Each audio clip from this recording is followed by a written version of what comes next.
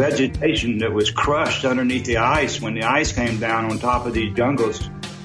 We say over 50 million years ago. It just crushed the whole northern part of the planet. You know?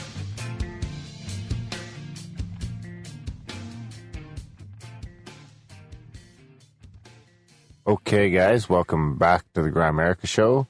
We are going to be chatting with Jim Chesnar a little bit later about the Bock Saga. It's a fun one. Jim's a real cool cat. But first, as always, mouth noises done off. Should we just get into that right now? Well, We appreciate the feedback on our quality. We really do.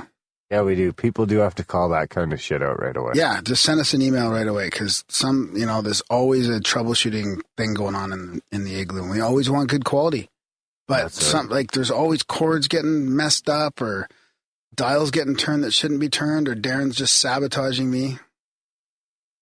So it should be fixed.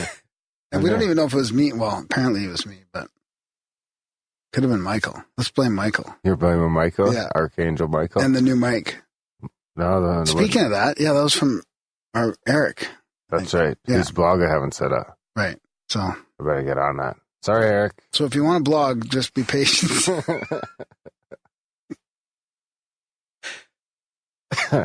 I'll do it.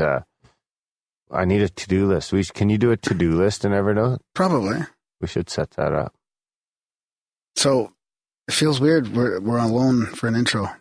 That's been a while. Yeah, usually It's been a while since we've been alone in here. There's been a lot of guests in the igloo, or friends anyways. That's good. So a bit of a hairy drive here. It's warmer when there's more people here. Yeah. It's cold. My toes are cold right now. Yeah. I got my fucking minus 50 Sorels on. Really? Yeah. Oh, I should have done that. It's like the coldest day of the year and I didn't And wear my a toque or my ball and gloves. ass row. Yeah. I'm warm. I'm toasty warm. Yeah. Cars wrapped around poles on the way in and Really? this This backwards morning? in the ditch. No, like tonight. Really? And there's still guys driving crazy, winding their Plumber way through hit the traffic. ditch, eh? Did he? He was trying to call me, but he wasn't there. Yeah, me too. And you know what's funny is at first I was like, oh, he's pocket dialing me. Yeah, that's what I thought. And then I was like, and for some reason, like no word of a lie, I got the fleeting thought. I was like, because I was like, you know what, I'm going to call him back because I was like, he's probably in a ditch someplace. That's what I thought. That's what I thought. So I called him back and no answer. And then finally he called me back and he's like, fuck, I'm in the ditch. As far as I know, he got out though. I was like, well, what do you want to do? I was like, I don't have any straps or anything. I was like, I have some big hooks in my garage I can go get. And then,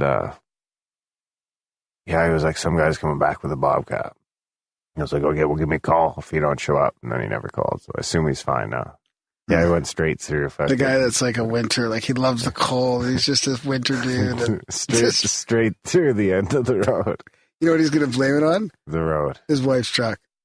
Or his girlfriend's truck. Because he was driving his girlfriend's vehicle. vehicle. He drove the brand new one in the ditch? Yeah. Ah. Ouch. I assumed it was just a shitty old truck. It's crazy because it's been below zero for so long. Everything's just rock hard frozen. Then if it snows like 6 inches, it's kind of fucked. Yeah. Oh yeah. That's what happened. I didn't expect it to snow. I wonder how our friends in Georgia are doing with the snow. It's minus fucking 30 with 2 feet of snow already, and then it just I didn't even know it was supposed to snow. I wake up, there's fucking 6 inches of snow. Yeah, I know. And it was so fucking cold that it was like, usually if I just run my truck long enough, it'll all just melt off no matter what, so I don't have to really deal with it. I have to run them for like a half an hour, and I went out there and fucking... Good thing they don't have those idling laws here. You'd be like, imagine if everyone was doing that, how warm the globe would be. Good. And I wouldn't need to run my truck.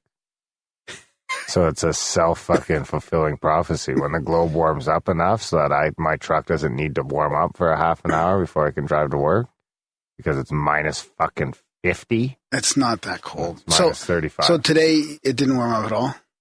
No, I had to brush it. After all that, I had to brush it off. No mitts, no nothing.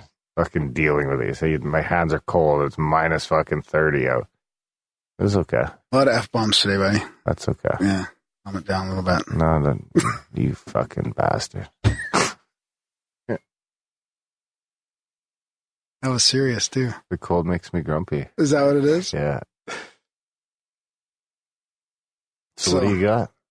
I've killed 4 minutes ranting about your mouth noises in the cold. I mean, we like to have listener feedback. So, yeah, by all means, anything about the show, send us an email or comment on YouTube if you have to do it that way. Especially mouth noises. We want to know about mouth noises. We want to know about quality, sound quality. If you just want to call me an asshole, it can probably wait. Yeah. Save that for the paid trolls. That's right. The Russians. Just kidding. So we get feedback from listeners, like stories and UFO. What do you got? Stories and synchronicities and trip reports and all kinds of stuff. And really appreciate everybody sending them in. And usually we spend a little bit of time at the beginning of an episode chit-chatting. If you don't like the chitter-chatter, you can just fast forward it to the episode with Jim Chesnar. And Darren's got a... Well, is that little chapter thing working? I think I've got it working again finally last episode. For some reason, I thought I was doing it right in Libsyn the first time. And maybe I did do it in Libsyn and I rolled back that feature, but I couldn't find it again. But I found a place in Auphonic that I can do it. So, oh, okay. I just started doing it there. It only takes an extra minute. I mean, I could do all sorts of chapters. Right. You could do them to wherever you want. Yeah, but you don't want to do that. So I just do so you skip ahead once and it should take you right to the end. Yeah. So on most podcast players, if I hit the fast forward button on there, not the fast forward button, but the next button, yeah, it should take me to the interview, right? And then also you can just fast forward it on any medium that you're listening to this. We put a timestamp in the show notes as well, so like interview starts at 44 minutes or whatever. Yep. So I have been bingo bango. You know what? I have been having a weird. I don't even know if I want to tell you. Actually. Oh boy, synchronicity. No, just a big batch of tiny little ones. Synchronicities? Yeah, for me, like last couple of days. Tiny little one. Yeah. Just little words here and there. Like I hear something and I'm reading the word and things are connecting like all day long. Are you feeling like you're in the zone? I think so. Don't seem like you're in the zone. I know. I'm trying to be. Like I'm thinking that I must be, but it doesn't really feel like it. What are you doing in the zone? What are you doing in your flow state? Just seems like you're mostly bouncing off the walls. Just trying to keep the podcast going. And... Took you a record amount of time to get ready today. Is that because of the flow state? You're just flowing all over the place. Or you need to channel that. Well, because I'm trying to prepare for 2 intros here, and it's hard. Like it's tough work. So we need your support. Plus, it took me forever to get here, and I was late for work today, like because of the snow. Everything's, It'll make the cruise ship that much better. Yeah, I'm going away on a cruise, so that should be fun. I'm looking forward to it. With the missus? Chilling out, yeah. Yeah. In the sun. I'm on a boat. On a beach. Yeah. It's first time, should be good. Yeah, no doubt. Okay, so you're going to tell us about your synchros? No. No. I will. No, they're just so small. They just happen like fluently throughout the day. Nothing. You're going to say them and I'm just going to be like. Squash. Yeah. Okay. What do you got then? So I got some feedback. Speaking of feedback, this is feedback of content. Of content? Yeah. And this is from our Patrick Jordan episode. We had a lot of good feedback from this as well.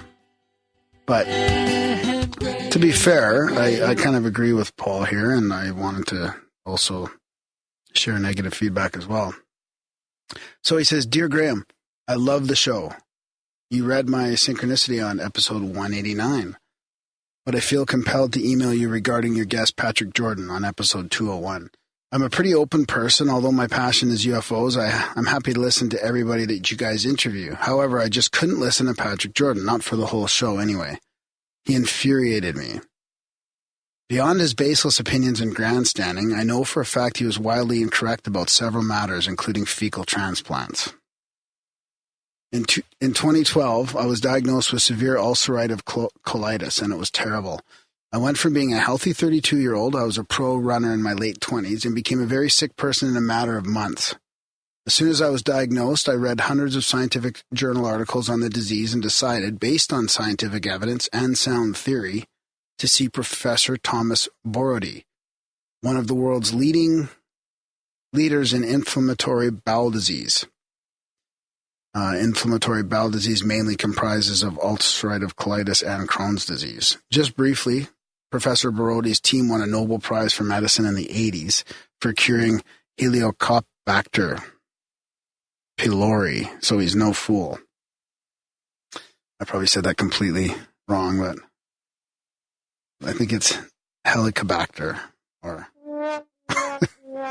Now, Professor Borody theorizes that inflammatory bowel disease is caused by gut dysbiosis that itself is caused by a range of factors, including the explosion in antibiotic use in the second half of the 20th century, and other factors like pesticides, etc.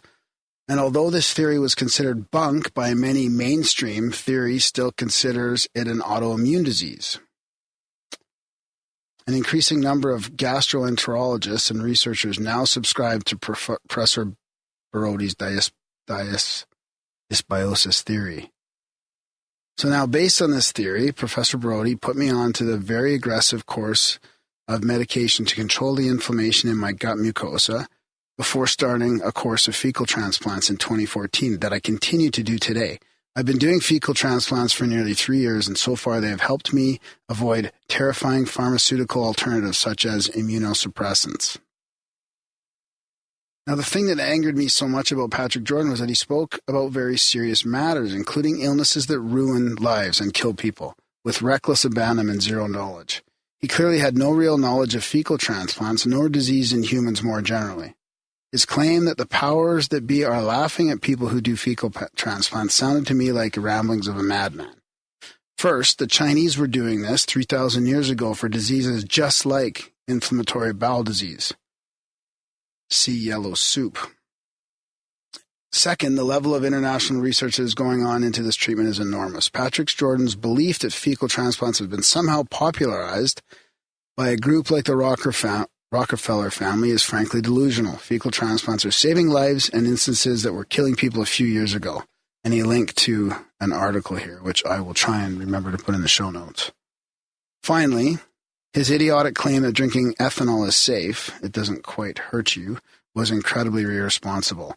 This is potentially a very dangerous thing to put out there. And if I may express my own opinion, I think it's this kind of stupidity that badly hurts legitimate conspiracy theorists. I can just imagine the mainstream quoting his wild bullshit to demonize the evil internet. Anyway, I continue to love your show and will continue to donate my small amount each month. Keep up the fantastic work, and I hope you've gotten over your cold/flu. So, hey, thanks. Yeah, and that's one of the things that I had difficulties with was like when the things that I am interested in, some of this stuff like, not interested in doing this fecal transplant, but I'm interested in it as a healing technique. But some of these sort of new, and I don't mean new age in the spiritual way, but new alternative, let's say, healing things and all that. And he was, Patrick was all over that as if that was, all controlled by Illuminati. Like when it gets to the point where people don't believe everything is controlled, then it's just hard to wrap my head around. You know what I mean? Once it gets that deep, then I just say, what's the point? Yeah. What's the point on trying to unravel the ball of yarn if it's, there's a fucking if cat. Every little thing that's developed is cat. like somehow, they're involved, right? That's right. So, yeah. And, yeah, I'm glad he's had his success with that. Yeah, thanks for the feedback. Yeah. There's a mouth noise. I wonder if you could fix that with, watch the mouth noises there with cannabis oil. I know. I was wondering about some of that, all the different things. Like, if he came down with that disease, and you're reading up on it, there must be a lot of different things, and now these cannabis oil is pretty new too, right? But that's probably controlled by Illuminati now too. Well, you can still just make it yourself in your basement, under your stairs. Well, yeah, or but wherever, right? But the oil's been pretty successful, right? People make that shit in the fucking bush. Yeah, but you just have to make the bud. It's a weed. It grows everywhere. Yeah. Not hard to do. And, as soon as the laws lax up, like it seems like they're going to do here, especially in places like Canada, and, hopefully the states stay on the course. But, I mean, once you can grow a couple of your own plants in your backyard or in your basement or wherever, and there's no fear of repercussion, then, I mean, growing a pound of weed to make some Rick Simpson oil doesn't seem like such a tall task anymore. You know what I mean? Yeah. Well, the doctors had it in their kit, right? Only 100 and something years ago. That's right. Yeah. So who knows? When you think of and I'm not saying anything about his condition, but like when you think of the bills people run up trying other ways to fight cancer, a couple grand for a pound of pot. Yeah. And, an afternoon. Well, it might take you a day and a half to make it into the oil, but, it's not, A friend of mine a few years ago was on the oil for her breast cancer, and I don't know whatever happened to her, but she was like it was like a full-time thing. Her cancer treatment was like she changed her diet, she was eating really good all day long, and I think she was getting a certain amount of exercise and trying the oil and like ramping up the oil protocol, like he suggests, going up. But I don't know if it ended up working. It kind of the cancer came back, and I'm not too sure what happened there. It's funny how some of these things, work for some people and not other people. Yeah. Yeah. Well, nothing's 100%. Yeah. Nothing's 100%. Shit, I wonder if we should actually get a copy of that actual recipe and everything of Rick's and post it someplace, just in case he ever gets shut down. I'm sure there's a million copies of it all over the place, but, we might as well have one too. Yeah, exactly. Yeah, it's a good idea. You can start working on that personally here. Making it? Yeah. What would I do with it? Just have it? I wonder if it goes bad. I wonder if you could just make a bunch of it and have it in the show. Probably, eh? Yeah. Extract? I don't think it goes bad. Well, bud would go bad. Bud would go bad for sure. Wonder if extracts do. Someone knows, maybe they can let us know. How much time do you got? We got time. Because my UFO quote is going to be a sort of a whole segment here. If they make you laugh, if they make you cry, if they blow your mind, why not go online to Grimerica.ca/support. So check out, maybe I'll just play that jingle at the end. It's tough to play that to roll into something. Yeah. Unless we ever come up with some way of I think that's what you decided to do last episode, but apparently it's slipped your mind. Go fuck yourself. If we ever come up with a way to do anything about donations. Yeah. If we ever start mentioning like a segment or something. Yeah, then it would work. But anyway, check out Grimerica.ca/support if you can, and sign up for anywhere from $1 a month to $30 a month. Even the most expensive plan is less than $1 a day. Right. Yeah. But one-time donations help as well. That's right. Everything helps. Even $1 a month helps. There's a bunch of people that are on $1 a month plan. If that's what you can do, that's what you can do. If everybody did that, if everybody did $1 a month, we'd be in good shape. But we don't want to go to advertising, and we don't think that's the model for the future either. Like the ads aren't going to last. No. People aren't going to be able to do this and pay for it by ads where, people are just fast forwarding it, or they can't tell how many people listen to the ads. Like the donation model is the way to go. So please help the show. Yeah. Do what you can, when you can.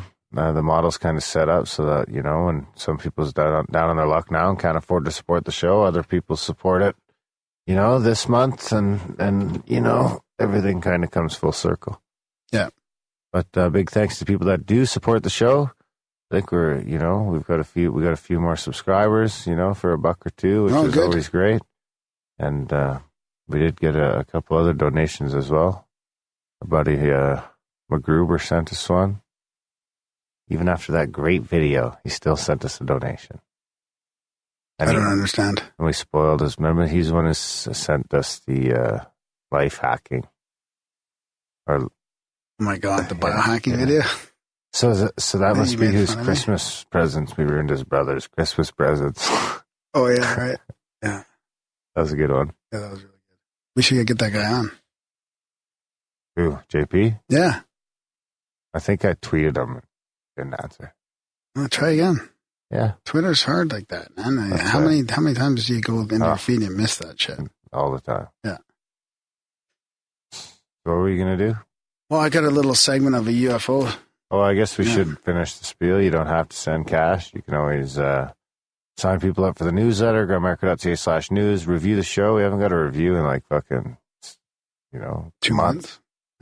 So give us a review, even if it's, try not to give us 1 star, but if you give us, at least 3 stars, that would be good. 5's even better. We'll settle for 3. And tell your friends about the show whenever you can. Share the show wherever you can. And never forget to...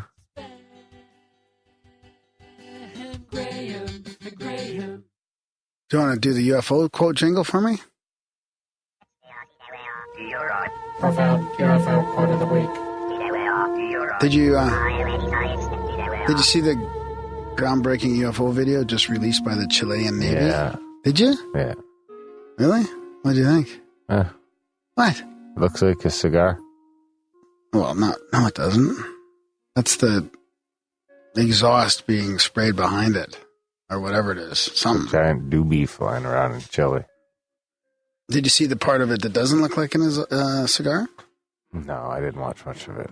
Anyways, this is an article in Huffington Post, and it says, an exceptional 9-minute video of a UFO displaying highly unusual behavior studied by the Chilean authorities for the last 2 years is now being released to the public.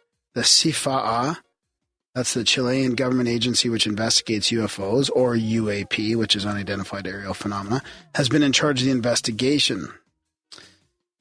So it's the equivalent of they're located within the DGAC, which is the equivalent of the United States FAA. But the jurisdiction of the Chilean Air Force, the CIFAA, has committees of military experts, technicians, and academics. So it's really interesting because he says this is the quote part from General Ricardo Bermudez. He's the director of the CIFAA, and he says during the investigation, we do not know what it was, but we do know what it was not. And what it was not comprises a long list of conventional explanations. And then here's what happens, and it goes through the whole thing. And so it was like kind of this helicopter had it in its sights, and it changed the way it looks at it through infrared and all these different ways, and it looks a little bit different. And then they contact for radar confirmation, and it goes on and on. Very interesting video. And interesting how in the end they're like, no, we don't know what's going on. They say during the following 2 years, at least 8 somewhat contentious meetings were held with members of the baffled CIFAA scientific committee, some of which included the active Air Force general who directs the DGAC. The general tone of the meeting was astonishment. What the hell is that? No agreement could be reached to explain the videos. Theories that were proposed were ruled out by the data. So, interesting, eh? How they can just admit that? Well, that's an infrared video, though, right? The one with the trail.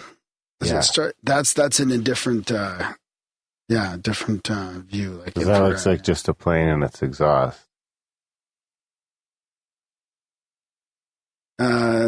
Exactly. Yeah, but it's not. It kind of looks like it, but it's not, because all the other views you see are it's completely different, right? It still doesn't look like a plane. It looks like exhaust coming out of a plane, but it's just those infrared. Yeah, but it's like a blob, and then it's showing the heat, right? It's pretty weird. Yeah, I like how they're just saying it's a plane. Yeah.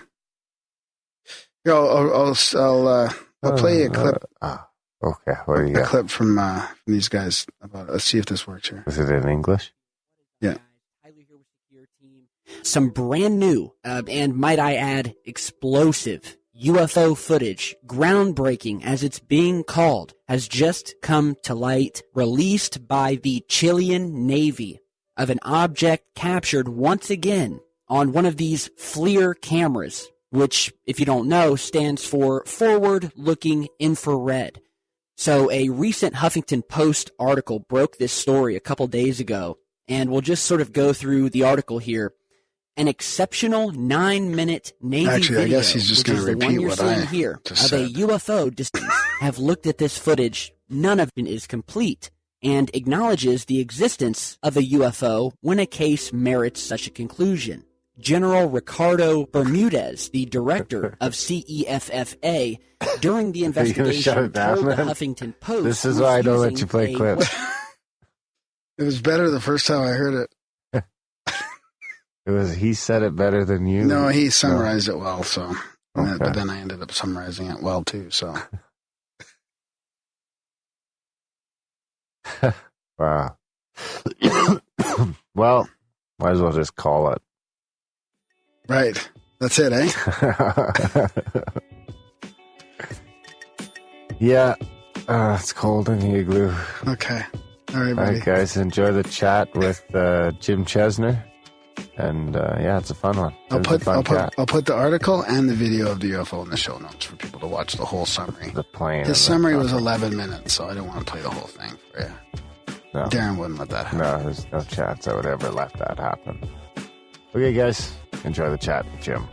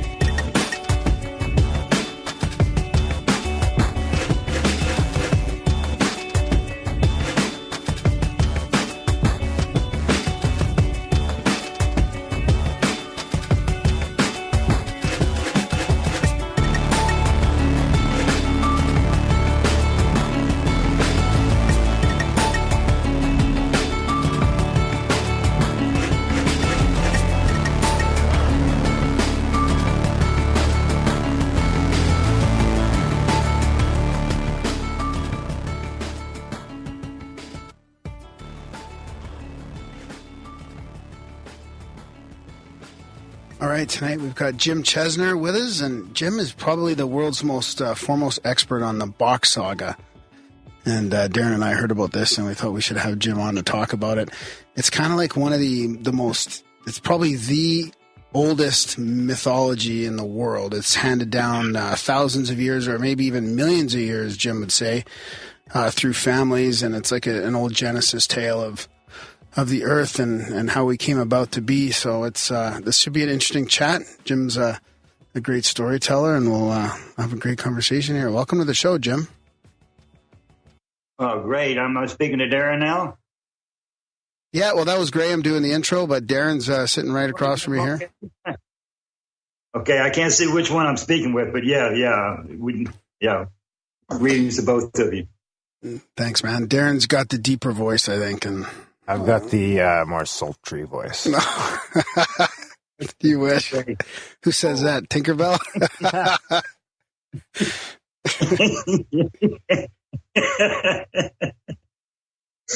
So, Jim, I guess we should start, trying to get into the background of this Bock Saga a little bit, because I know we'll probably go off on a bunch of tangents here, and we'll have a great conversation, but... yeah, I had never heard of it up until a few months ago, so I'd imagine there's probably some of our listeners that are in the same boat. Yeah, and we're talking about an old tale here, right? Handed down for thousands of years? Much longer than that. Wow. Today we don't think of the human being on the planet so many, we're thinking like, a few thousand years we've been here, but according to the saga, we're much, much older than what we're being told today. Right.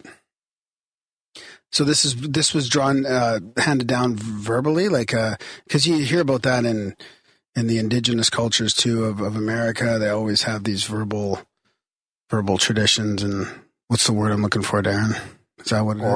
Oral. That one. Yeah. So this is handed down from family to family? No, just in one family, a Finnish family. It's one Finnish family called Bock, B-O-C-K in English, and they passed it. It's one oral saga, and they pass it down from generation to generation. Each generation, it takes 20 years to receive it from the last one, so it's a 20-year story.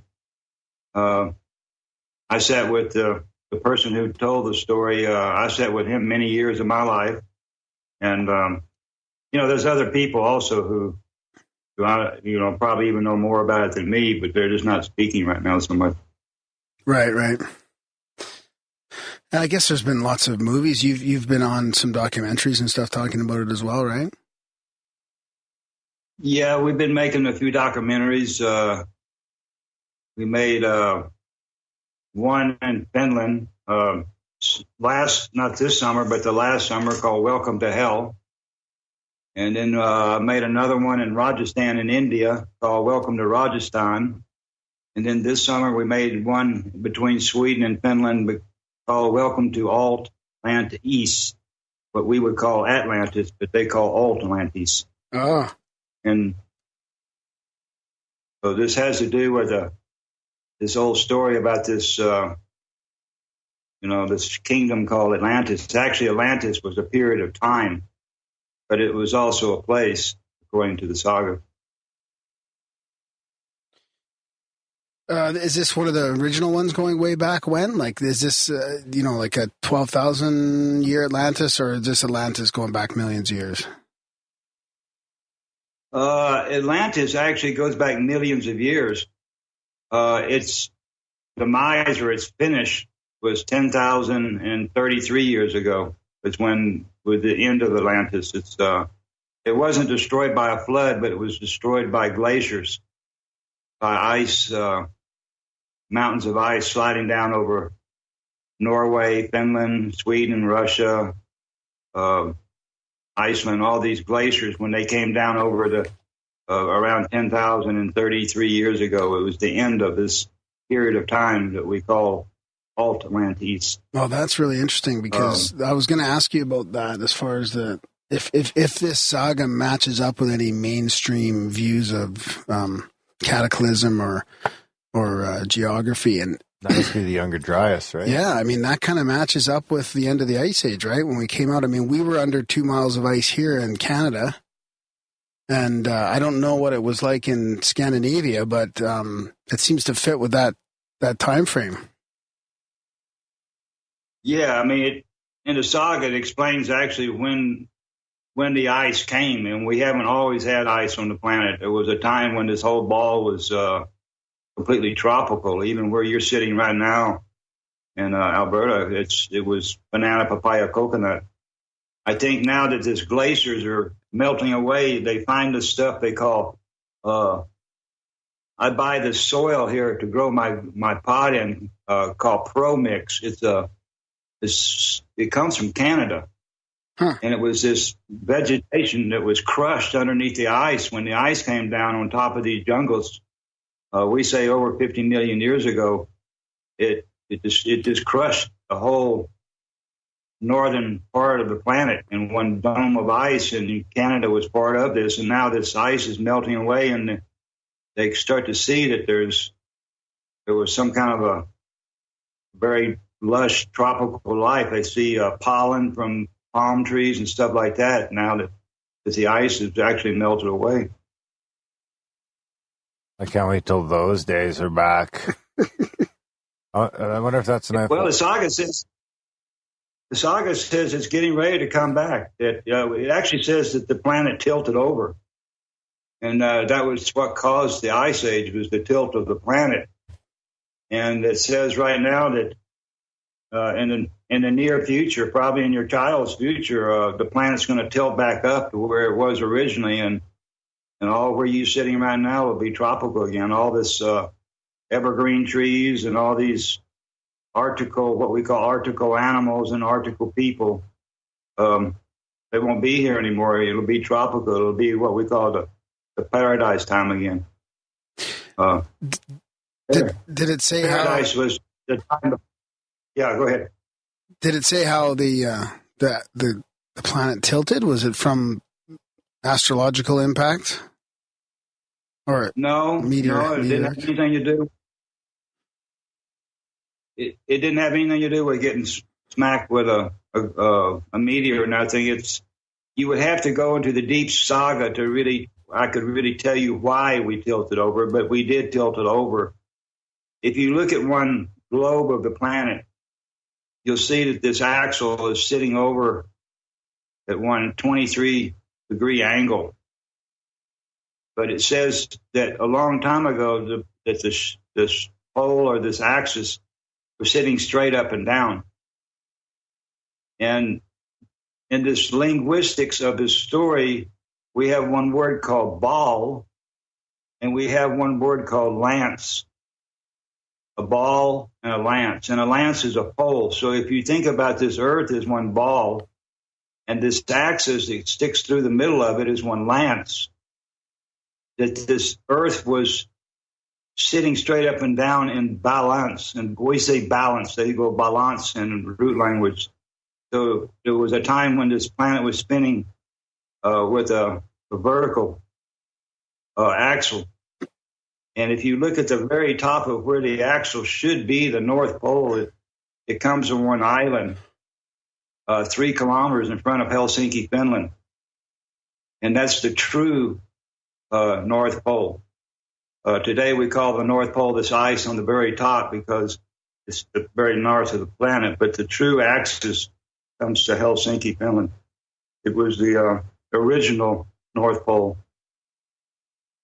Was it tropical there but then the planet too? In like in Helsinki, would that have been ice then, or would it have been fairly warm then too? Well, in the beginning, it was completely tropical up there.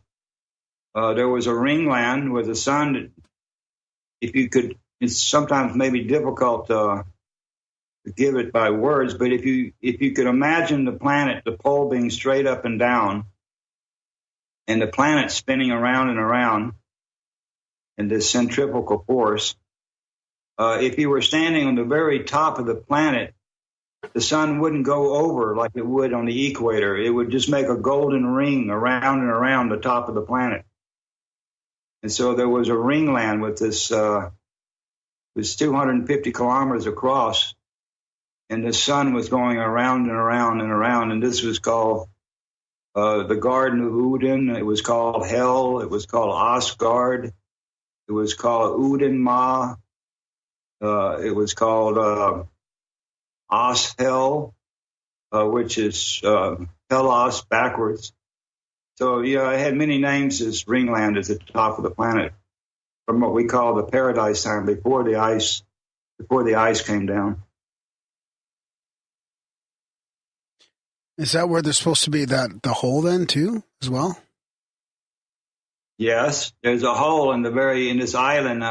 In my video, Welcome to Hell, I'm standing on one island called Susisari, or anyway, it's the very true North Pole. If you really went, and in the very top of the axle of the planet, in the granite, there is one hole in this bedrock.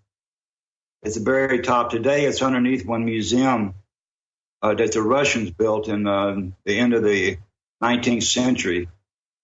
But if you went down into the basement of this museum, there's one room, there's one hole there, which according to this saga is the actual true North Pole. And this is where this whole story, it comes out from this hole in the middle of hell, actually.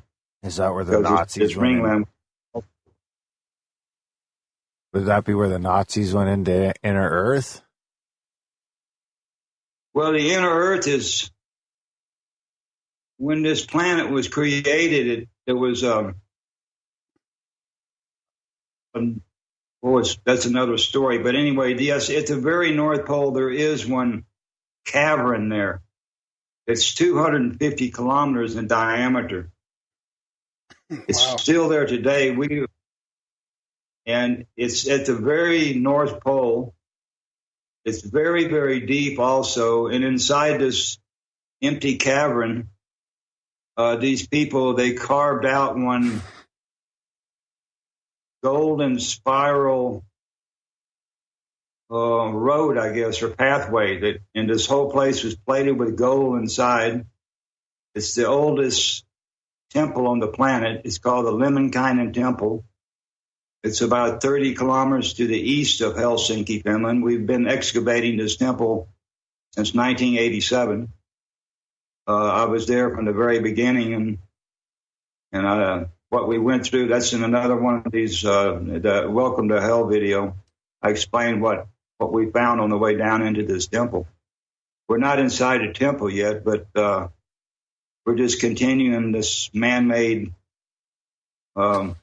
pillar that they filled inside this cave that goes down, and eventually there should be a golden door that leads inside to this, what they would call the inner earth, or what we call the underworld.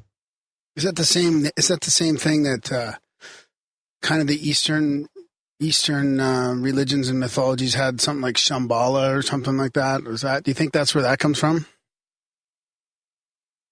Is that the right name? You know, there was a time when all the planet was connected with this family.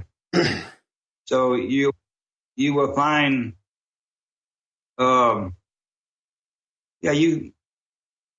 we call this the oldest story on the planet. So all other stories are part of this story. So this, it's a very, very big story. Like I said, it takes 20 years to really hear the story. Yeah. So it's very much just to pop around and talk about this point and this point here. It's kind of told in an order. But yes, I mean, I don't know with the Shambhala. I don't know if I think that Graham and Michael Cremo and all these people, they have this right idea that there was a master center, I guess what you could say, a place that was connected with all people on the planet through one system. Right. That why all these different cultures seem to have similarities in symbols, why we find pyramids all over the planet, why there must have been a central information center that gave why we find that there's agriculture all around 10,000 years old all over the planet. It was, so this story explains about, this center of the human race. According to this story, the whole human race came out from here millions and millions and millions of years ago. So this whole thing to the granite, it's in the bottom of this Russian museum, and it was being excavated, but you didn't quite get to the gold path, I guess. Well, the hole in the top of the axle, according to this story, is where the first two people were born on this earth, what we call Frey and Freya. The actual entrance to this underworld is about 30 kilometers away, about 20 miles away, 22 miles away from this North Pole, from this hole in the top of the center, in a place called Gumbus. So there's an entrance to this underworld, but it's not at the North Pole. It's a little bit over from there. And, there should be this storehouse where they were storing beautiful handicraft from a time that we had no idea that even humans were alive, or much less could be making beautiful handicraft millions of years ago, according to the saga. So that was 30 kilometers from Helsinki as well, right? Yeah, the old name for Helsinki, if you went back to the year 1050, there was a pagan center called Hell. I mean, Hell is spelled just with one L, H-E-L. It's not H-E-L-L as the Catholics spell it. And Hell it was basically a center for the pagan dome of the planet. And the Catholic Church, they had wanted to destroy it as hell. They'd come up through France, through England, into Saxon land, into Germany today, into Denmark.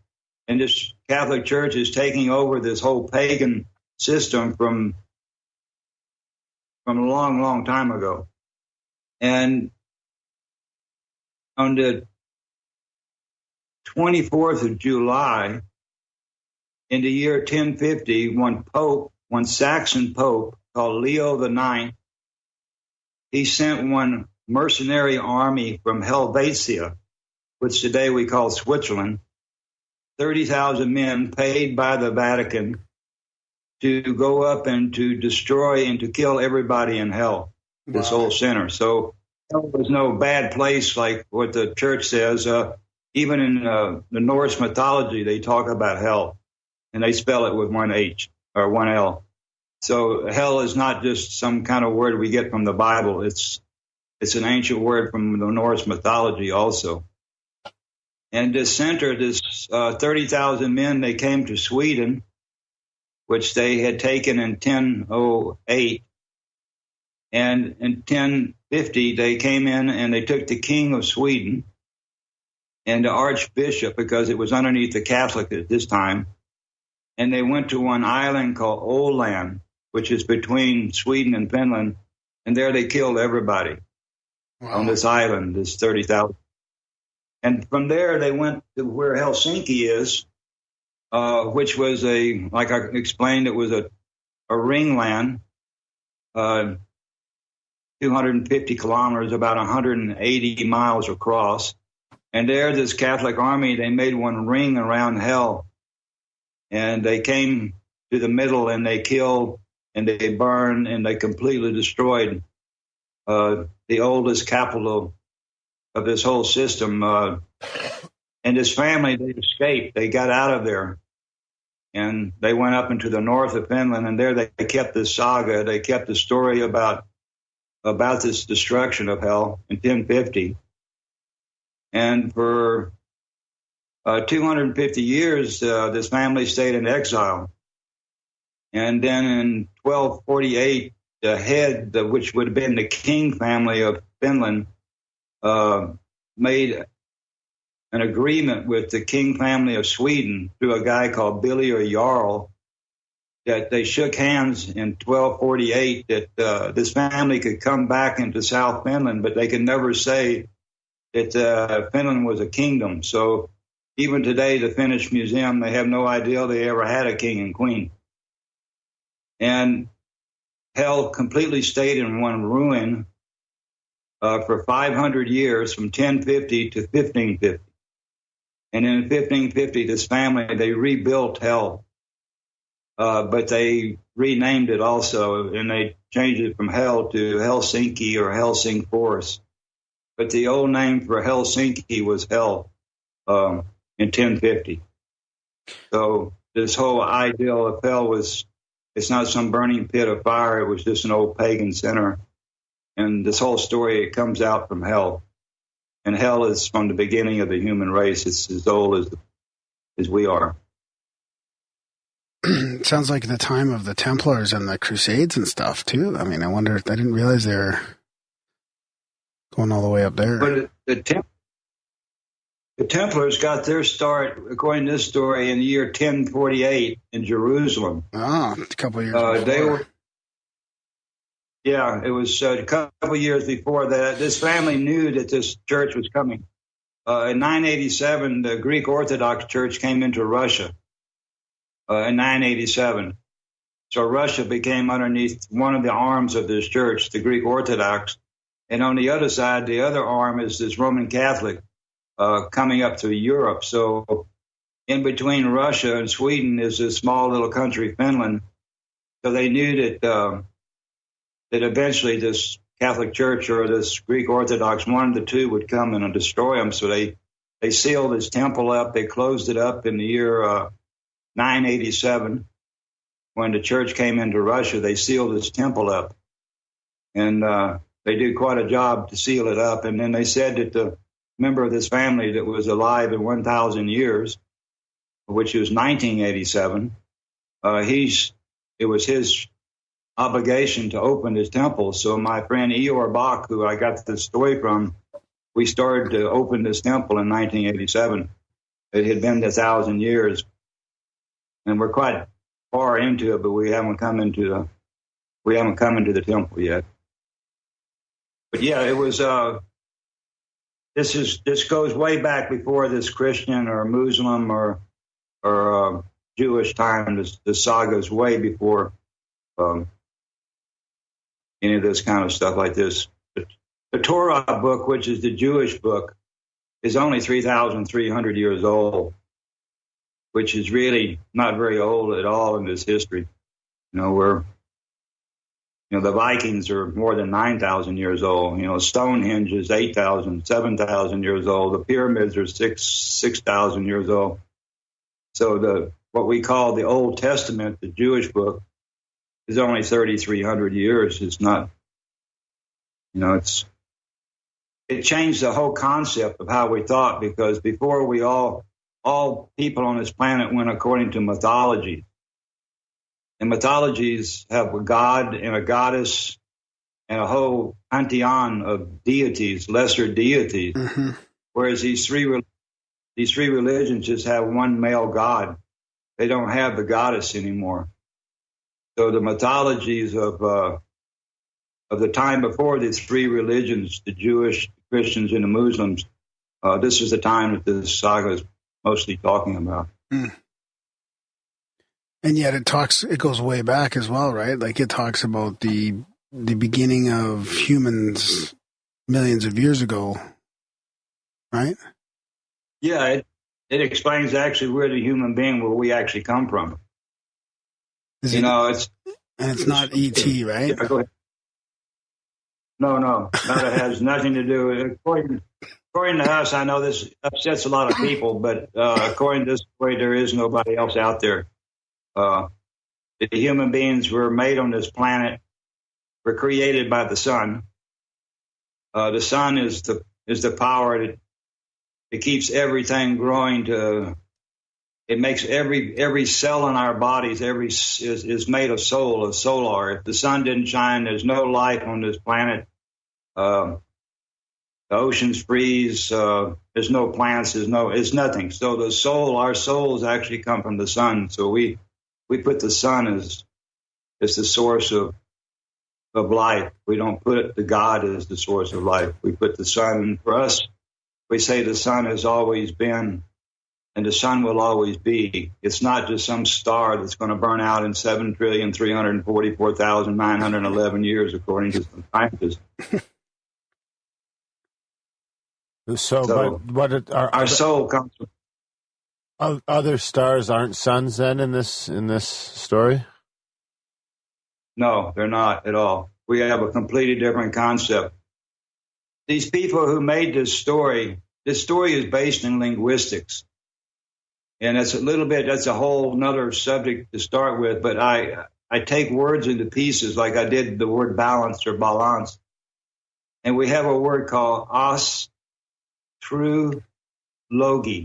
In root language, we call it astrology in English. Mm.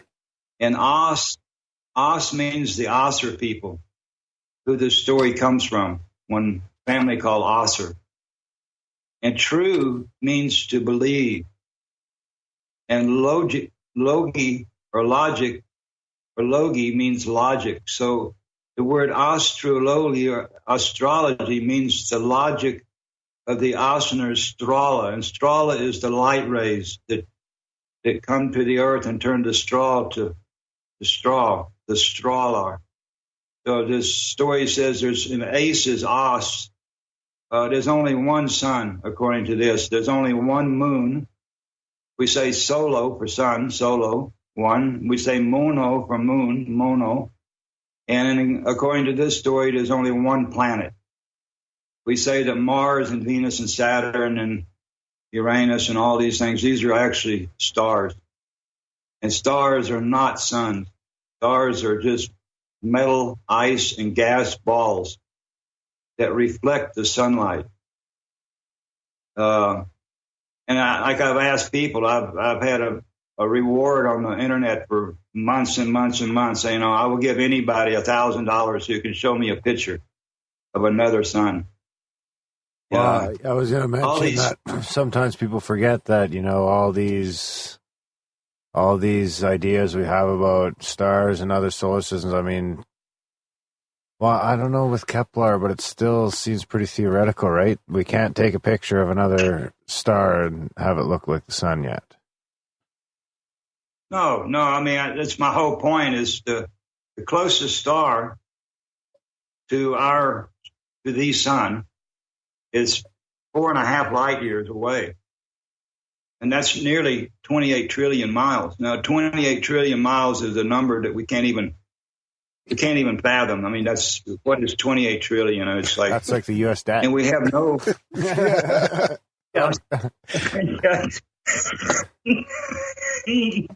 Yeah, that's where it's going. That's about it. If every dollar was a mile, you'd get there. So that puts a couple things into perspectives, America. Yeah, it's like the U.S. debt. But the problem is at 28 trillion miles, you know, the best camera we have is the Hubble. And Hubble can't take any pictures of anything and show any kind of detail at 28 trillion miles. No detail whatsoever. All they do is they get a little white light, and then they bring it back, and then they put some kind of light system. They do some kind of they doctor the photos. When you look at a Hubble, one of these beautiful Nova or one of these galaxies or whatever, films of all these beautiful stars. Yeah, it's all fake. It's completely fake. Well, they filter it and they put colors to it and stuff. Yeah, it's all put in here by human beings, and they don't have any kind of machine that can tell the temperature of anything 28 trillion miles. And so they say, oh, we get the temperature from it's red or it's blue or green, but, you know, an apple's red, but it doesn't mean it's hot. So it's, you know, it's, according to us, no, there's only one body into space that has the heat, that radiates heat, and that's the sun. The stars are metal and ice and gas balls that when the straw of the sun goes out through the vacuum, it can go 6 light years, 60 light years. These light rays of the sun, they go forever. So the farthest star that you see out there, the sun can shine past that star because in the space, in the vacuum, there's nothing to deflect the light. So these light rays leave the sun, which is constant, and even the backside of the sun is shining rays backwards. So these light rays, they go all over the universe, and universe means universe, uni, and universe means one verse. So there's not a multiverse or, you know, we're one of thousands of universes. It's only uni, like unit, uni.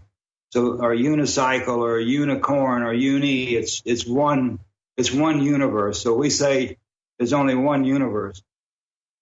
And these light rays, they come through the space, and when they come to one of these balls we call stars, the light ray can't go through the star. So it hits it and reflects a light back to here. So we see what we're looking at by starlights or reflections of the sun. If the sun didn't shine, the stars wouldn't shine, the moon wouldn't shine, Mars and Venus and Saturn wouldn't shine, and this planet would be completely frozen, black, dead. The whole universe wouldn't exist. And so we put it all to the sun, and we call the sun Udin. And there's an ancient poem in English. It goes, Udin is a ring. Udin is everything.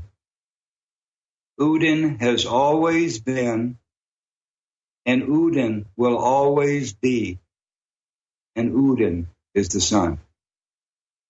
So according to this poem, the sun, Udin, has always been, it will always be. There was never a Big Bang. There was never a creation of the universe. There was no beginning and there is no end. It's forever. It's the universe itself is the infinite. It is the eternity. It is the forever. It is the always will be. So in this story, there is no beginning and no end to the universe. It's always been and will always be. And life can go on forever. It doesn't have to die out one day, as the scientists say. Can individual life go on forever? Mm-hmm. Our individual life, no, of course not. Our individual life, we all must come to that time one day when we breathe our last breath. But the ideal that the way we live today is a lot of people think that we just can use this planet and use it up and we'll find another place to live and it's all going to die off anyway because the scientists say like that. So might as well just live this destructive kind of life. Whereas if we really understood that the sun is not going to go away and this planet is not go away and we can still make children and children and children for forever and ever and ever. You know, our reincarnations are the children. You know, your child will take your place and then, you know, their child will take their place. So, you know, we're all in one ring of fire, one ring of life. It's, you know, I'm coming to the end of my life. But, you know, you guys, you're my future. You guys are going to take it on from when I take it. So we're just all a ring, a link in the chain. It's not. But, you know, just the idea that it's all going to go away one day is such a black way to look at it. Whereas we look at it that it's not ever going to go away. The sun, the light will always be there. And this isn't just some kind of random mistake that the universe made called life. We're created by the sun and we're on purpose. The sun knows exactly what it's done. It's created everything that we see around us. You know, your computer is made of sun. You're made of sun. The house you're sitting in is made of sun. I mean, the sun is the consciousness. Every thought that I think, every word that I speak only can be because the sun is shining. If the sun wasn't shining, so the sun is the consciousness. It knows what it's doing down here. It's created everything, and it knows where it's going to go from here. It's everything that they say about their invisible God in space. But it's not the invisible God in space who made this place on the first day. And, you know, he'd been sitting in some dark place for trillions of years. And then one day he decides to make the light. I mean, you know, it's like, you know, did he, you know, if he made everything, did he make the darkness he was sitting in, you know? And then if he made the darkness, what was before the darkness? I mean, there's no end to that, you know, abstract concept. That there's some invisible guy who sits up there in the space somewhere who made all this stuff, you know, and he loves you and he loves me, but only some of us, you know, he loves more than others. And I mean, it's completely it's either that outrageous. So same thing. It's whether it's the creationism from the religious sense or even the Big Bang theory too. Like what was before the Big Bang? I mean, was just nothing, then all of a sudden something, and what's on the other side of this? Like, it doesn't explain it any better than the Bock Saga explains it, really. So, well, what the about Big Bang theory? Go ahead. Go ahead. I was just going to say the Big Bang theory was actually created in 1927 by a Catholic priest. You know, it fit with from Belgium. I forget his name. Anyway, he came up with, I mean, it's the same thing. There was nothing but darkness, and then one day God made the light. Well, there was nothing but darkness, and one day nothing exploded and made the light. So, I mean, the Big Bang and the God, it's the same story that there was nothing but blackness, and then all of a sudden there was all this universe. So, why can't it just be that the universe has always been? You know, why does everything, you know, it's thinking in a ring. You know, in a ring, you don't have a beginning and an end. It just goes around and around. So There's an old joke from Finland. It says everything has a beginning and an end, except for a sausage. It has two ends.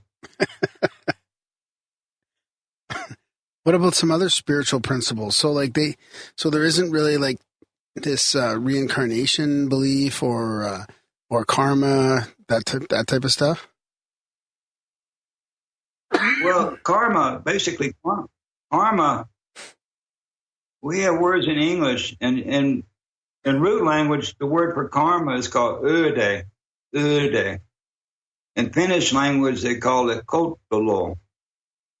In Hindu, they call it karma. In English, we call it destiny, or your lot, or your luck. These are all the same. Karma is not that I do good and then I come back in a good body again. Karma is just what happens. Karma is our karma that we're sitting here talking right now. It's our destiny. It was supposed to be. So karma is just basically what happened. Good karma is just, something good happens from something. And I guess bad karma is something bad happens. But even when something bad happens, you learn from it. So that's good. So I don't know. All karma works out to be just, it's just whatever it's just karma that today's here and we're sitting here talking. That's, it's not so much that I'm going to come back as a rat because I was a bad guy in my life or, the Hindu mythology has this reincarnation. No, in our story, it has a different story about the soul and the spirit because they're different. The soul is different than the spirit. But yeah, we go much into what the soul and the spirit is also.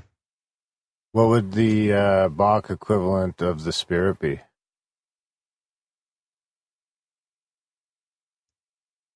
This saga is told in three languages. And these three languages, a lot of people would argue, but anyway, if they ever want to go into the linguistics, it's a language we call root language, which root would be the beginning language, the first language. And there's another language called the bond language. And the third language is called the English language. And so I go into these three languages. In the root language, the name for spirit is called Ande. Ande. And the name for breath is called Andas. Andas. In Finnish language, the name for spirit is called Henki. Henki. And the name for breath is called Henkinas. And we have spirit and breath in English. But in the saga, the spirit is in the breath. So every time that we breathe in, we breathe the spirit in. And every time we breathe out, we breathe the spirit out. So the spirit goes in and out into the air. And on my last breath, when I die, my spirit goes into the air, and there's a story about where it goes and what happens with it. Whereas the soul is completely different. The soul is in the cell. The soul is the life force. It's in the cell. So each cell of my body is made of soul, which is made of solar, which is sun. So the soul, when it died, the soul is still in the body. It doesn't leave the body. And before we took the bodies, when we died before in the pagan times or in the heathen times, all people were cremated. And when the fire was finished, our soul was in the ash of the fire. And this ash of the fire, it was collected. And it was put into one sack of one animal's scrotum. And our ash was taken to our family tree. And we used to have family trees. Each family had one tree. So when we died before our ash from the fire after cremation, had our soul in the ash, and our ash was put into the roots of our tree and to our family trees. Us people from Northern Europe, we had the oak trees. A long, long time ago in the paradise, we had the palm tree. But each family had one of these family trees, and You put your ash into the tree, and there's another story about what happens to the soul. But anyway, we have these two things. We have spirit, which is in the breath, and the soul is in the cell of the body. And yeah, it's a very, very big story, but they're not the same. So the spirit, you know, it kind of has a lot to do with your feeling. You know, are you in high spirits or in low spirits? Are you in good feelings or are you in bad feelings? So feelings is much to do with, you know, who you are, and your brain has much to do with your spirit. Interesting. So, what do you think, Darren?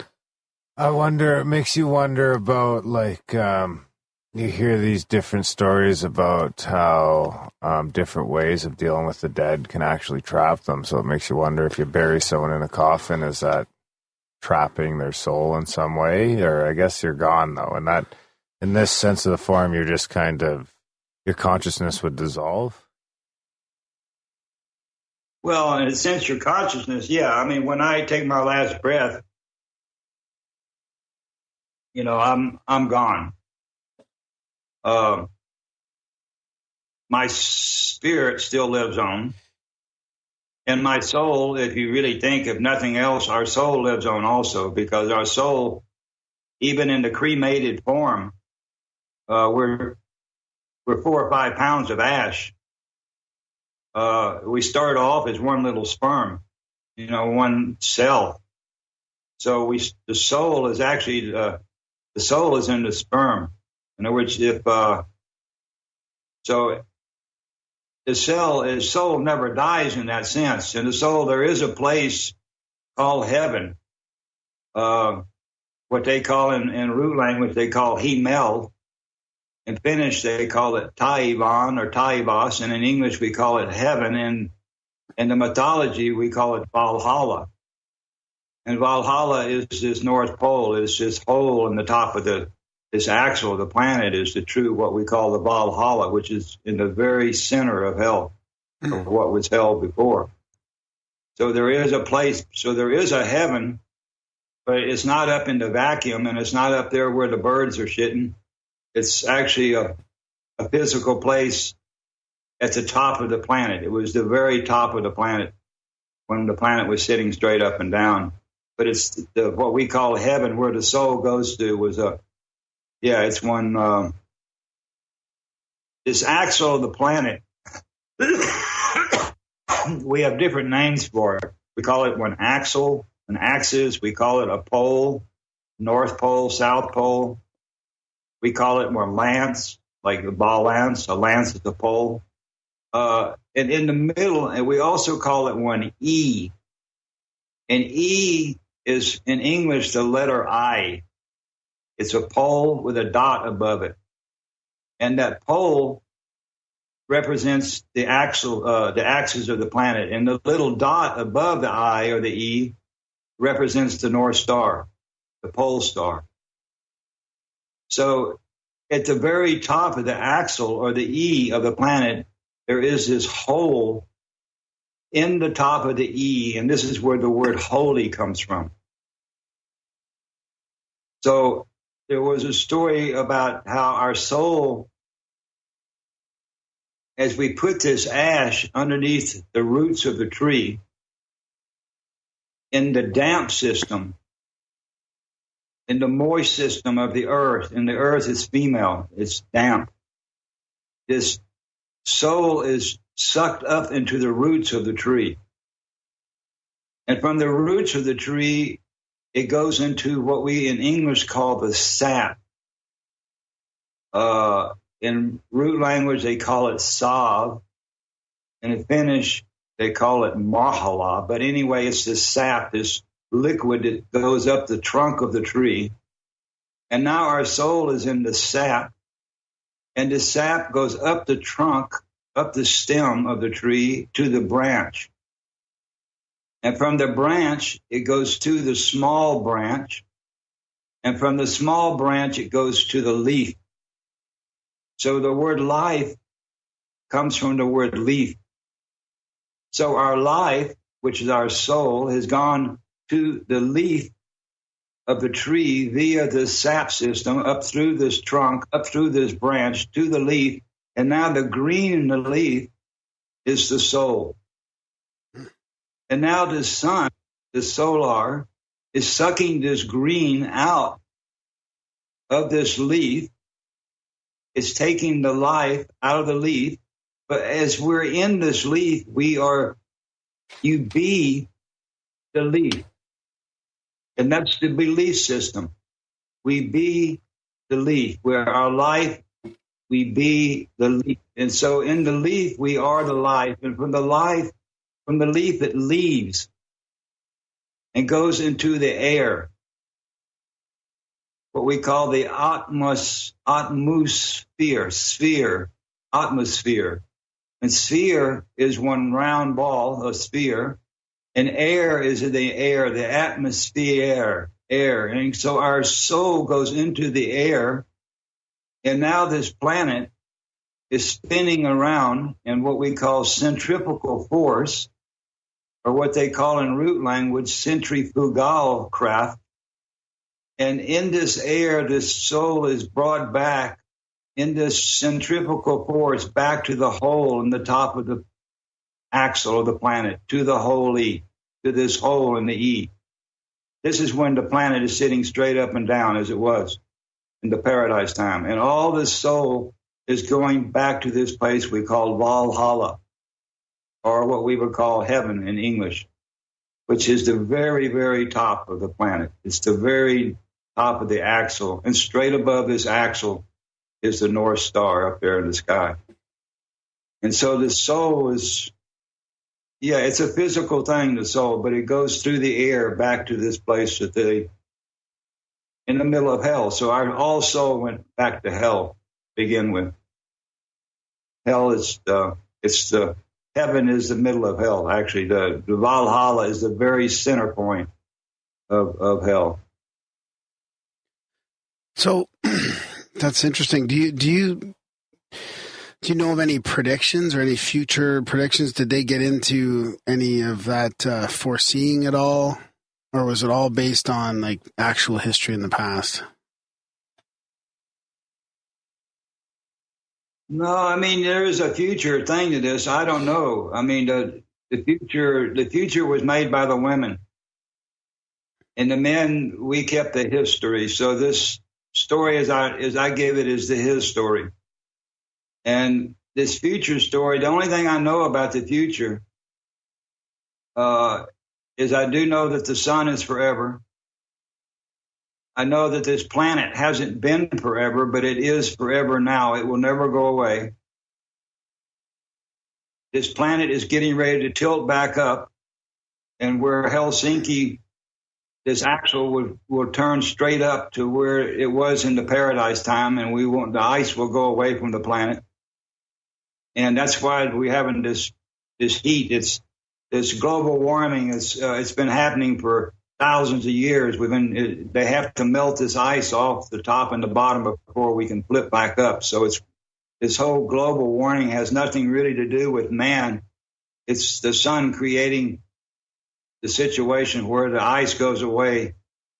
And what Ior used to say, the ice times go away and the nice times come. So it does say that the planet's getting ready to tilt back up.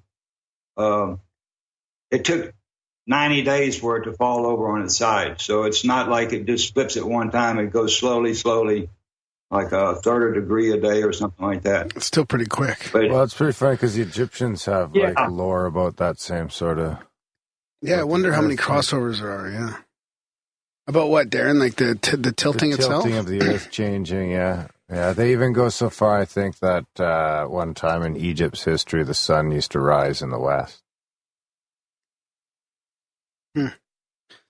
Yeah, I don't know.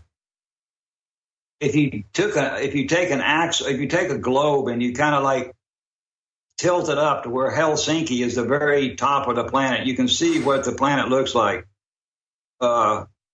Because there's a meridian line that goes straight from Helsinki, goes straight down through Crete, down through Africa, and comes straight around through Hawaii on the other side. And that's the original, what we would call the zero line. It was changed in the end of the 19th century. They moved it to Greenwich in England, and now we get it all from London, from Greenwich. But the original zero line, our whole time system today is 1 hour off, because actually the Helsinki line is the true line. But there's a big story about what they did for that. But anyway, the division between what we would call the East and the West. I'm standing in a room in this museum, this Russian museum, above the exact North Pole, and this Welcome to Hell tape. And there I've got 1 foot in the East and 1 foot in the West. Wow. And that's the old division between the East and the West. And so, they moved this whole time zone over, but that was the original zero line. It came straight from hell, straight down through Hellas. Hellas was the old Greece, and the old name for hell was Os, hell. The Os are people in hell, and from Os, hell, they created Hellas, which is the Greek. So this the Greek gets its whole alphabet, its whole language is based in this language also. Yeah, that would go right down through, if you went straight down through from Helsinki, that would go right down through Africa, through Crete and then through Africa. Divides Crete. It divides Crete in half. And on the eastern side of Crete was the old Greek Hellas mythology with Zeus and Pan. If you go to the west side of Crete was the old Jupiter and Bacchus, the old Roman mythology. So you have Zeus and Pan, you have Jupiter and Bacchus. They're the same deities, but one's for the Greek mythology and one's for the Roman mythology. I've always wanted to go to Scandinavia. Oh, I've been to Norway, but that's about it. I haven't been to Finland or Sweden. So, I mean, are you itching to go back there to Finland? Well, I just got back from there. We just made this this new video. You know, we talk about a time when this planet, when it tilted over. And when the planet tilted over, this sea evaporated to the top and the bottom of the ball. And the ice came down and covered the whole south and the whole north of the planet were covered in domes of ice. So where you are in Canada, all the way down to into the States, was all just a huge dome of ice 50 million years ago. Mm-hmm. And in between these two domes of ice was an area of land in the planet where it didn't freeze. So the people survived in this land, Africa, China. It's like it created 10 different races of people. We have 10 what we call tropical races, brown-eyed, brown-skinned people. And we have 3 white races or arctical races, which are white, blue eyes, and yellow hair or light hair. And so when this tilt happened, we get these 10 tropical races that basically came out from the tilt. These 10 races are if you start with the Polynesians, from the Polynesian, you go to the Aborigine of south of Australia. And he's different than the Polynesian, so he's his own race. Yeah. And if you come up from the Aborigine, you come to what we call India today, or the Hindu people. And these Hindu people, they're a race of people on their own. And above the Hindu people is another race of people called what we would call the Asian people or the Chinese people. They're a completely different race than the Hindus or the Aborigine or the Polynesian.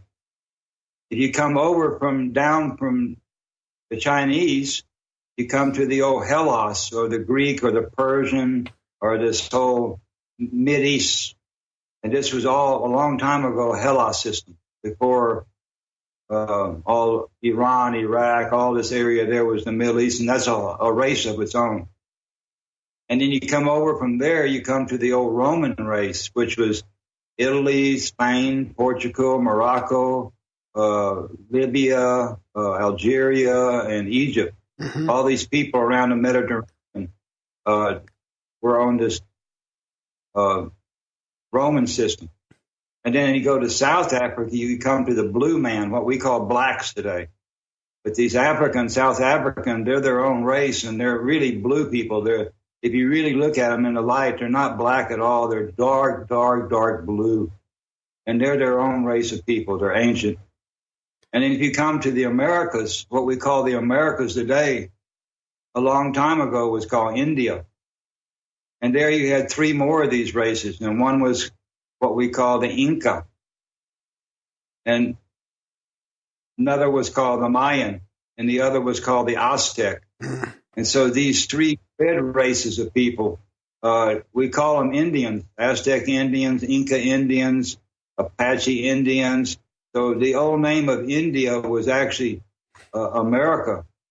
And they took this name America, India, and they took it to Hindustan and made the Hindu people to be Indian. There was a deal made between a Maharaja and a Pope in the 15th century because they had a new name for India called America. So they needed to get rid of the old name India. So you have these three red Indian races, Inca, Mayan, Aztec. You have the Polynesian. You have the indigenous Aborigine. From Australia, you have the Hindu. You have the Chinese. You have the Hellas, the old Greek, the Zeus, and you have the Roman. And you have these blue people in South Africa. These what about the native Indians from North America? Well, there's three of them. They each had a king and a queen. There were kingdoms. And in the north, if you think that the glaciers were coming down quite a way into what we call the northern states of America and all of Canada, there was nobody living millions of years ago. It was completely frozen over. But as this ice started to melt and these glaciers started to retreat up towards Canada, starting these Aztec Indians could now start to move up because now they had green lands coming back.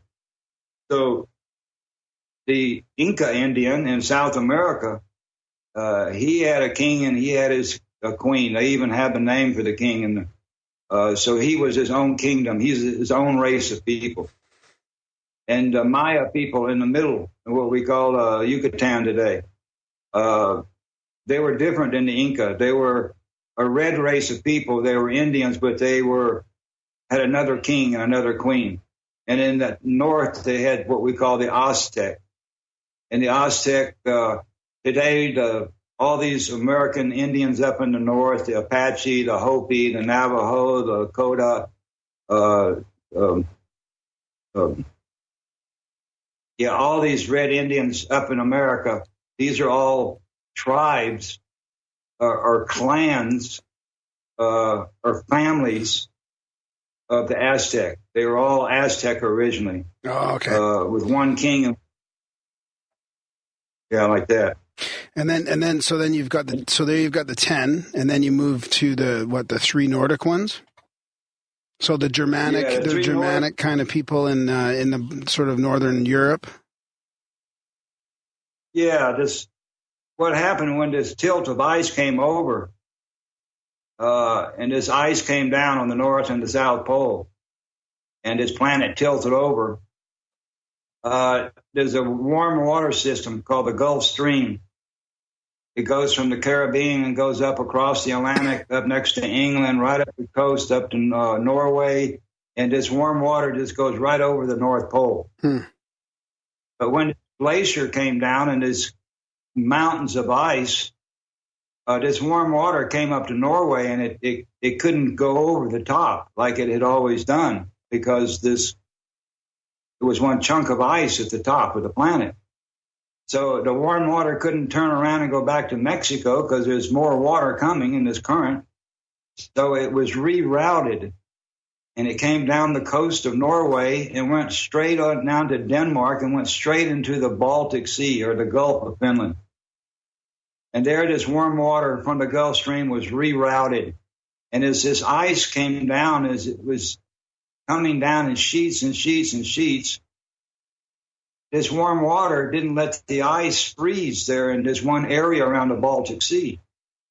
It kept the whole coastline completely ice-free for 7 months of the year. It's like today you still have months of ice and dark cold in winter and everybody goes inside, but you have 7 months or 8 months that you can go outside and, you know, it's quiet. In the summers, it's incredible. You got 24-hour light up there.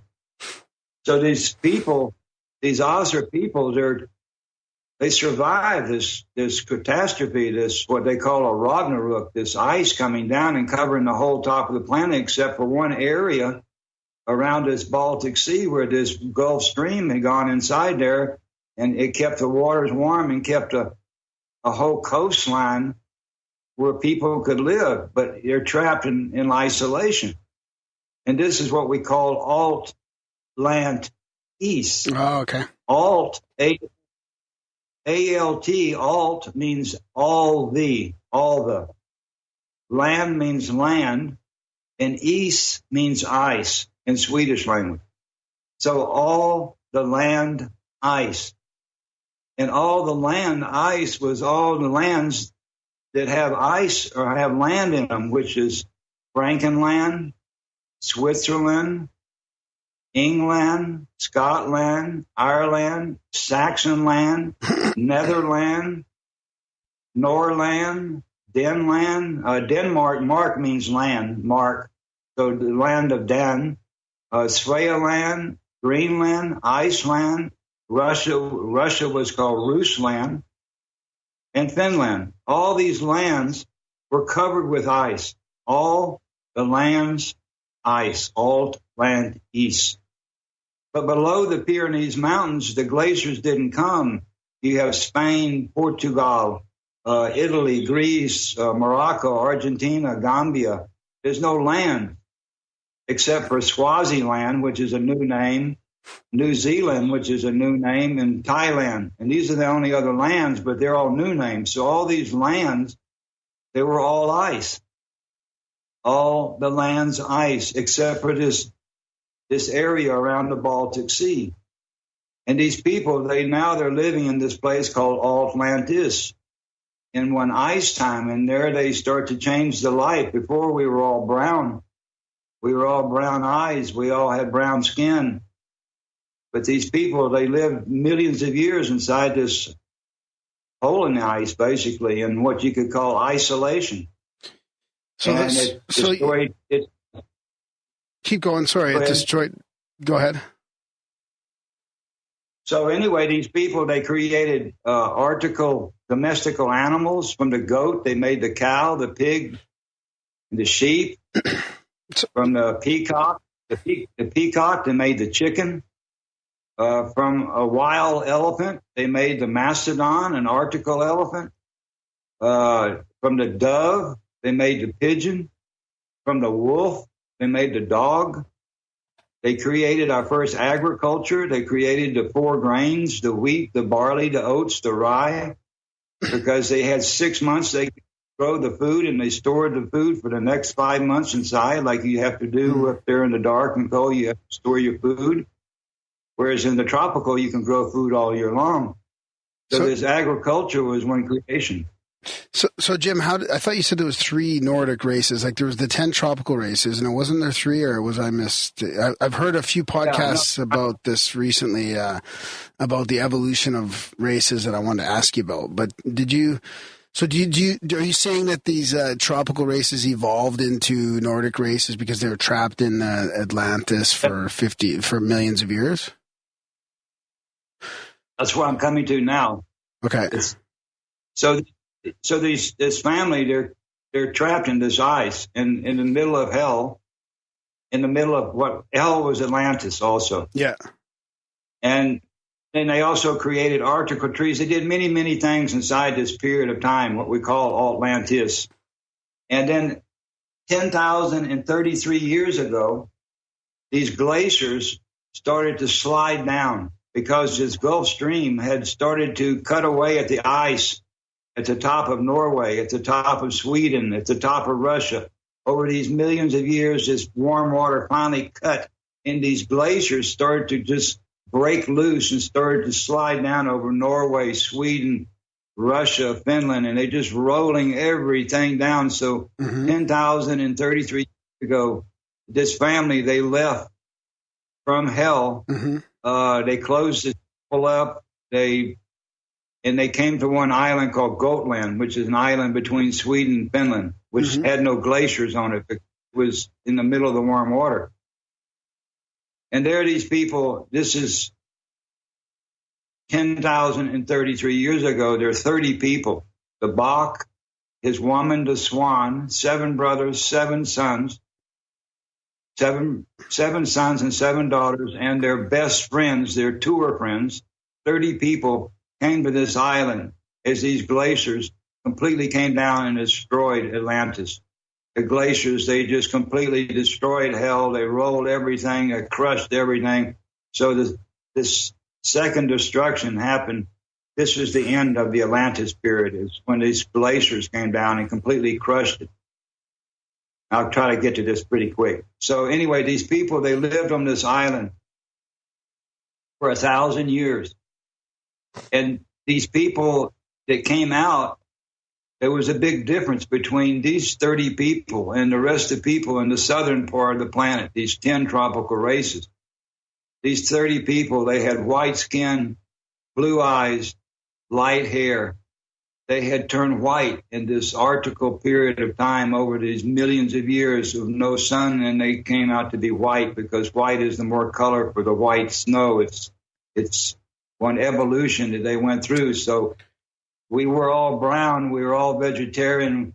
We all had brown eyes. But in this Atlantis time, it created this, what we call the Arctical or the Aryan or the white race of people. And this Bock and this Swan, they started to create a new race of people called the Aryan people. The A is the Asa, Re is again and again and again, and N is the knowledge. So they knowledge of the Re of the A, the Aryan people. And they lived on this island for 1,000 years. And 9,033 years ago, the glaciers were finished. And now this family wanted to go back to hell and start to rebuild hell again.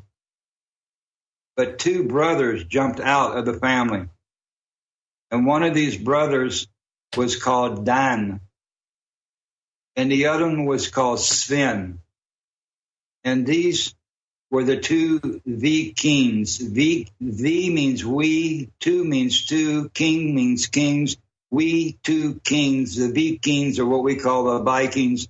These 2 brothers from this Asser family, they jumped out, and Sven went up to a place called Uppsala, Sweden, and he started from his farm.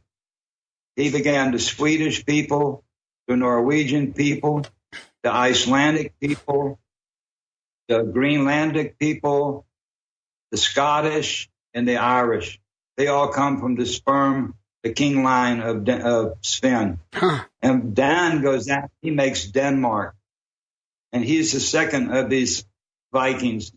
And from Dan comes Germany, Switzerland, Holland, Belgium, England, and France.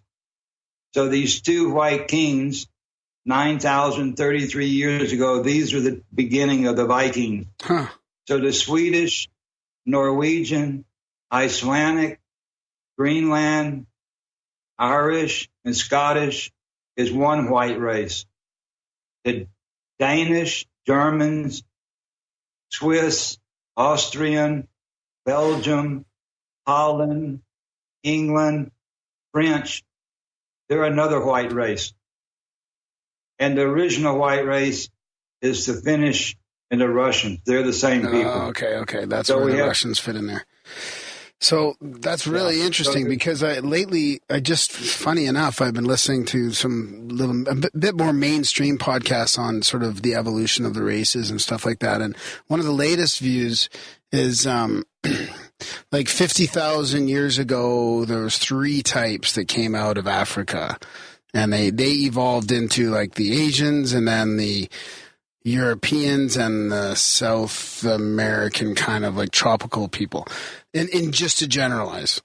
But it doesn't make sense to me that evolution would happen so quickly over 50,000 years. Like, I feel like at some point, part of the record that you're talking about will be vindicated, or at least some story that's kind of more in the middle that shows that we've been around as advanced humans for way longer, and we've taken a lot longer to evolve into these different races. Yeah, I mean, these races, each race is a culture. I mean, like I said, I've spent a lot of my life in India, and I've spent a lot of my life in Thailand. And there you have the Chinese. The Thais are originally Chinese, and the Hindus are the Hindus. And these two cultures, they're different. They have different music, different dress. They have a different outlook. If somebody really went through these 10 different tropical races, you can really see that the Chinese they're not the Middle Eastern people. They're not the Hindu people. You can really see, if you really think about it, that these 10 different tropical races are really, they're coming from one race. Originally, there was one race. They all spoke one language. But when the tilt of the planet came, that's when they were divided up into 10 different tropical races. And each one is its own art. It's, it's a long time ago we didn't cross the race. Today we do. But before, in the nature, things are pure. So a tuna fish, doesn't fuck a tuna. Doesn't fuck a mackerel, and a mackerel doesn't fuck a trout. So it's like before, let's say we have 1,000 different butterflies, and let's say they all just start crossing with each other. Where in the end we lose all these beautiful arts. Each one is its own art. It would all come out to one brown butterfly in the end. Even in the squirrels, we have red squirrel and brown squirrel and black squirrel and tan squirrel and spotted squirrel. They don't go, the red squirrel goes with a red squirrel and the black squirrel goes with a black squirrel, because if they cross, we only come out with one art. In the end, they all just become one. So it's a gift from the sun that we have these millions of different species, and each one stays pure in its own way. The monarch butterfly only makes monarch butterflies. It doesn't go with the thrasher butterfly or the other butterfly. So these 10 races of people, I've been to most of these races in my life. I've been to their countries and seen them, and with the knowledge that Ior gave to me, and I really see, the beauty that each race is. I mean, each American Indian has its own culture, its own way of weaving, its own pottery, its own language, its own dance, its own music. I mean, it's like if we brought them all together and mixed them all up, we'd just end up with one in the end. Wow. That's interesting. Yeah. It's just, I don't know, man, where we're at. Because there's also like, the Cro-Magnon and all that. Like, who knows, really, everything seems to be changing even in the mainstream by the year here. So do you have any plans to head back up there and do some more digging there, Jim, or? Well, in 1990, we had a couple of our friends brought a little too much hashish, and they sold it up there, and we lost our sponsor. We all got busted. I had to go to prison for them. And anyway, so for taking one 26 for the team, years, eh? we hardly had any. Yeah. Yeah. I don't mind doing time for that stuff. It's like, yeah. Anyway.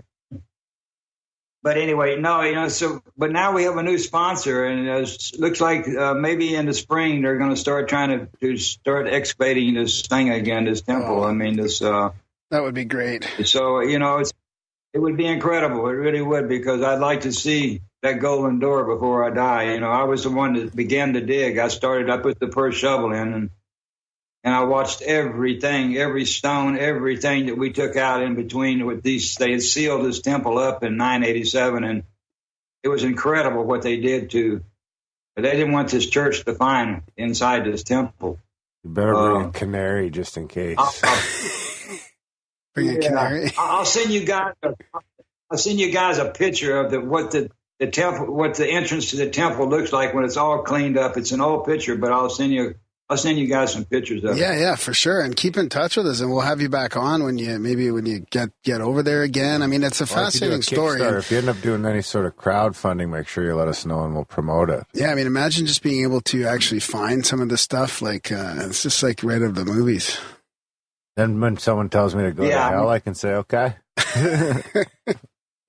I always just tell them, I just got back from there. I've been there I spent years of my life in hell, and it's really nice people. These Finnish people are just amazing people. They're really example for what a Western human being should be. I feel like really nice, and it's a beautiful place. The food is great. I didn't see any kind of lake of fire, or any kind of people screaming or anywhere when I was there, and. We got 66 or 67 words in the dictionary to start with hell. And only one of them's bad. The only people who think hell is a bad place is the Muslims and the Christians. It's, hello, help. Maybe we're going to get a little help from hell. Hell, actually in root language, hell means complete. Like we had a mayonnaise called Hellman's mayonnaise. It means a complete man, hell man. Yeah, hell just means it's nothing negative whatsoever. So, hell yeah, yeah. I mean, if people really understood that, hell, there is no horrible place. I've got a lot of people freaked out on the planet. Oh my God, I don't want to go to hell. And so, you're going to hell. Oh, right now. I mean, it's just completely, it's not, it's just an old pagan center. It's not some kind of, guy running around with a pitchfork. It's a lot of people fear this word hell. I mean, when you say the word hell, you get goose skin. You see people get goose skin. You see the hair raise up on their back of their necks. I mean, and there's nothing bad about the place. It was just, it's just one, called Helsinki today. Well, you're gonna have to prove them wrong. You're gonna have to get in there and get onto that golden road and into that big cavern and prove everybody wrong. Yeah, well, that'll come one day. I don't know. I may not see it, but I think you guys will see it. You can remember I said so. Right on, Jim. Well, thanks a lot, man, and we'll keep in touch. Okay, Graham. Okay, Darren. I really appreciate it. You guys, and anytime you want to speak or anything, I'm here. I got nothing to do, and I really appreciate this opportunity. It was a very nice way you put it today. No problem. We'll put all the links and everything in the show notes as well to your movies and the books and all that. Yeah. Yeah. Send me a link so I can listen to it. Absolutely. Okay, buddy. Okay, thanks, Jim. You guys have a nice... Yeah, you have a nice Lucia Day. Today's Lucia Day. It's a very special day. Okay, great. Perfect. Thanks, buddy. Happy Lucia Day. Okay, take care. Okay, bye. Okay.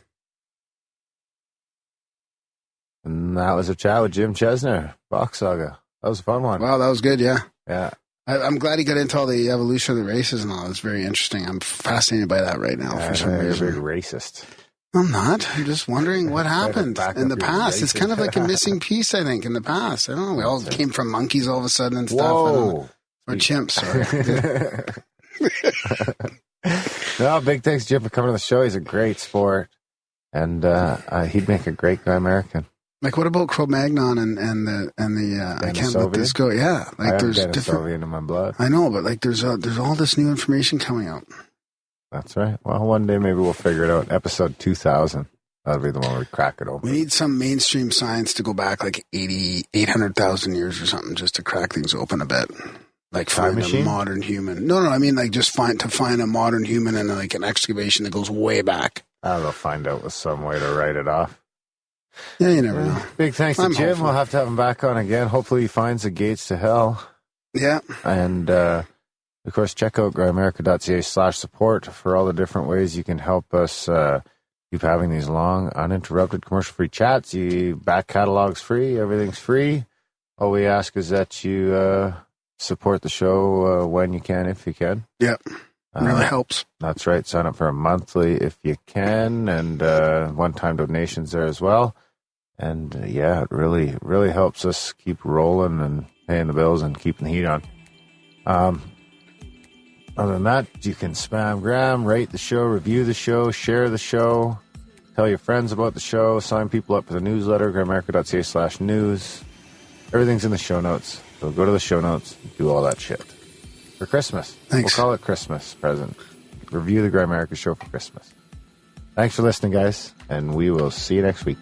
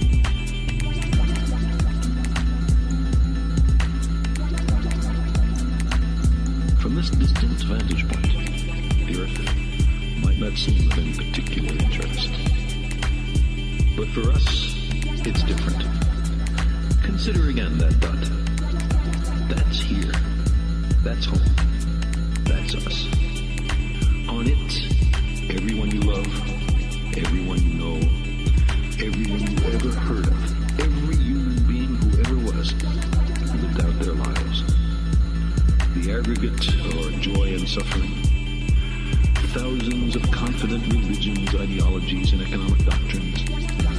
Every hunter and forager, every hero and coward, every creator and destroyer of civilization.